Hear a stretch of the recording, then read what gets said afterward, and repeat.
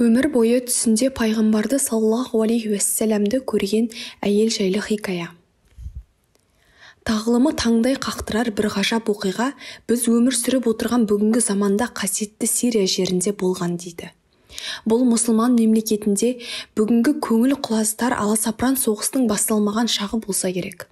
Сол араб елдерінде дін білімін алып келген жігіттердің аузынан естіген осы оқиғаны оқырмандарымызға баяндап өткенді жөн санадық. Дамаск қаласында бір тақуалар кейуана тұрады екен. Бір күні сол әйел өзінің баласына: «Ұлым, елімізде діни білімі мен көргені мол қандай ғалымды білесің? Егер бар болса, соның бірін маған алып келсең, сұрайтын бір маңызды мәселем бар еді» деп өтінішін айтады. Анасының бұл сөзін естіген ұлының есіне тек Сирияға емес, күллі мұсылман әлеміне аты жайылған Рамазан әл-Бутидің есімі сап етіп келе қалады. Содан әлгі жігіт анасының өтінішімен әл-Бутидің алдына барыпты. «Менің қарт анам бар еді. Еліміздегі ең білімді ғалымды алып келсең» деп өтініш жасады. Өзі денсаулығына байланысты сыртқа шыға алмайды. «Қаламызда сізден асқан ғалымды көре алмаған емеспін. Алдымызға келіп отырмын» деп мән жайды жайып салады. Рамазан әл-Бути көп ойланбастан келісім беріп, екеуі қарт кейуананың үйіне бас сұғыпты. «Бір сұрақ мені бірнеше күннен бері мазалап жүр. Соның жауабын өзіңізден сұрап көрейін деп арнайы шақыртып отырмын» дейді әйел. «Мен жастық шағымнан бастап қазіргі күнге дейін күн сайын түсімде пайғамбарымызды саллаллаху алейхи уассаламды көріп келем. Бір түнімде түсімде оны көрмей өткен емес. Алайда соңғы бірнеше күн Расулулла саллаллаху алейхи уассалам түсіме енбей қойды. Осы жайт мазамды алып жүр. Өмір бойы оны түсімде көріп келіп, енді неліктен көре алмай қалдым? Осының жауабын айта аласыз ба?» дейді. Бұны естіген Рамазан әл-Бути көзіне жасына ерік беріп жылап жіберген екен. Әйелдің әңгімесіне тебіренген ол: «Біз өзімізді дін саласында, Алланың жолында, Алланың асыл дінін уағыздап жүрміз дейміз. Бірақ сіз секілді Алла елшісін саллаллаху алейхи уассалам әр түн сайын түсімізде көре алмадық. Сіз бақытты жан екенсіз. Біз сіздей бола алған емеспіз» деді ол. «Алайда бұл сауалыңыз тым ауыр. Мен сіздің бұл сауалыңызға жауап бере алмайды екенмін» деп ағынан жарылады. Ертесіне өзі ұстаздық ететін медреседе Рамазан әл-Бути сабақ үстінде шәкірттеріне осы әйел туралы айтып береді.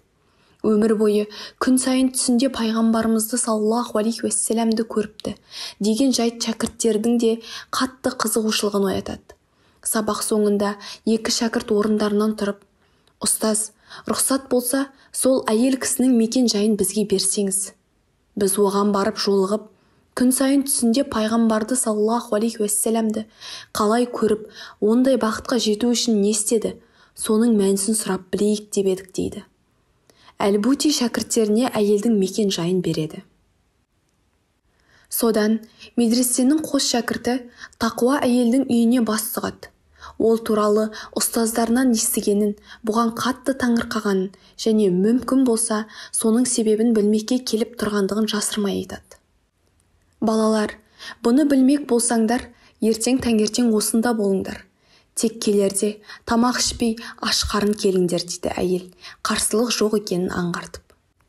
Шәкірттердің де күткені сол еді. Ертесіне таң азаннан аш қарын күйі әйелдің шаңырағына ат басын тірейді. Кейуана болса екі шәкіртті үйдің бір бөлмесіне отырғызып қойып: «Осында болыңдар. Мен өзім айтпағанша осы бөлмеден ешқайда шықпаңдар» деп бұйырады. Шайтанның пайғамбар бейнесінде адамның түсіне кіре алмайтынын, яғни түсінде Расулулланы саллаллаху алейхи уассаламды көрсең, оның өзін шынымен көргендігін болатынын жақсы білетін екі шәкірт осы бақытқа жетуге ынтығып, әйелдің бұйрығын екетпей орындайды. Үй иесі қашан есігімізді ашып, бізге уағыз насихат айтып кетер екен деп отырады. Бірақ келетін әйел жоқ. Уақыт сырғытып өте берді. Бір уақытта түс мезгілі жетіп, кейуана екеуіне түскі тамақ алып ішке кіреді. Алайда оларға еш нәрсе айтпастан тамақтарын алдарына қойып қайта шығып кетеді. Таңертең аш қарын шыққан бұлар тамақты соғып алады. Сөйтсе, тамақтың тұзы көп болып кеткен екен. Ап ащы. Бірақ қарын аш, ащысына қарап отыратын шама жоқ. Бір қызығы, үй иесі тек тамақ әкеліп, ал ішетін сусын бермепті. Бірте-бірте уақыт жылжып, түс қайтып, кеште таяды. Ащы тамақ жеген екеуінің шөлден ауыздары құрғайды. Шығып ішетін су сұрайын десе, мен айтпай бөлмеден шықпаңдар деген ана кісінің бұйрығы бар. Одан қалай аттап өтпек? Содан қанша шөлдесе де шыдамдылық танытып отыра беріпті. Бір кезде кеш қарайып түнде түсті. Екеуі әйелді күте-күте шаршап, көздері ілініп, сол бөлмеде ұйқыға бас қояды. Содан ертесі күні таңертең екеуі ұйқыдан оянған кезде ғана әйел адам бөлмеге бас сұғады. «Қалай ұйықтадыңдар?» деді екі шәкіртке. «Жақсы, апай. Түстеріңде нені көрдіңдер?» деп сұрайды.